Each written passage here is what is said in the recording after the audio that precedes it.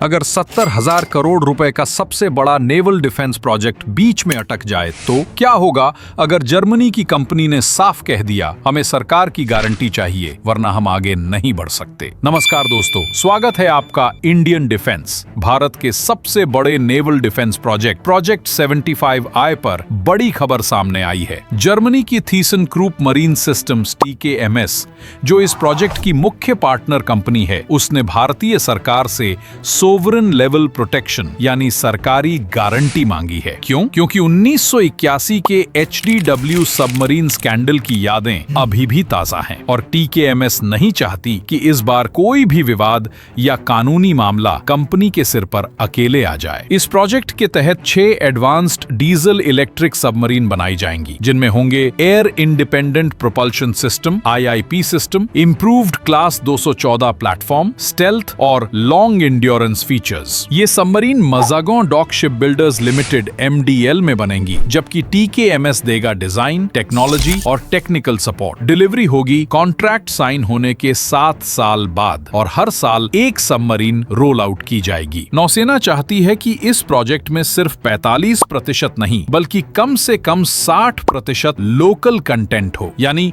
भारत न सिर्फ सबमरीन बनाए बल्कि उसके डिजाइन और अपग्रेड की टेक्नोलॉजी भी अपने पास रखे। ये कदम भारत को आगे जाकर पूरी तरह आत्मनिर्भर सबमरीन निर्माण में सक्षम बनाएगा। इस प्रोजेक्ट से भारत में नई इंडस्ट्रीज खड़ी होंगी, जैसे स्पेशल प्रेशर हुल स्टील का निर्माण, जो अब तक बाहर से आता था। TKMS भी भारत में अपने रिश्ते मजबूत कर रहा है। उसने पार्टनरशिप की है VEM technologies, heavyweight torpedo development के लिए, CFF fluid control limited, weapons और मैकेनिकल सिस्टम्स के लिए। यानी आने वाले समय में भारत की इंडस्ट्री भी ग्लोबल सबमरीन सप्लाई चेन का हिस्सा बनेगी। दोस्तों, अगर ये प्रोजेक्ट सफलतापूर्वक पूरा होता है तो ये होगा भारत का सबसे बड़ा indigenous naval manufacturing effort. 70,000 crore का प्रोजेक्ट। इससे नेवी की अंडर वाटर ताकत कई गुना बढ़ जाएगी। भारत को मिलेगा मैरिटाइम ऑटोनॉमी, यानी अपनी सबमरीन खुद डिजाइन करने और बनाने की क्षमता। ये सिर्फ एक प्रोजेक्ट नहीं बल्कि भारत की रणनीतिक ताकत और आत्मनिर्भरता की दिशा में एक ऐतिहासिक छलांग है। तो दोस्तों, अब सवाल आपसे है, भारत को इस प्रोजेक्ट में जर्मनी की TKMS को सॉवरेन प्रोटेक्शन देनी चाहिए है या ना? अपनी राय कमेंट्स में जरूर बताइए। वीडियो अच्छा लगा हो तो लाइक और सब्सक्राइब करें इंडियन डिफेंस।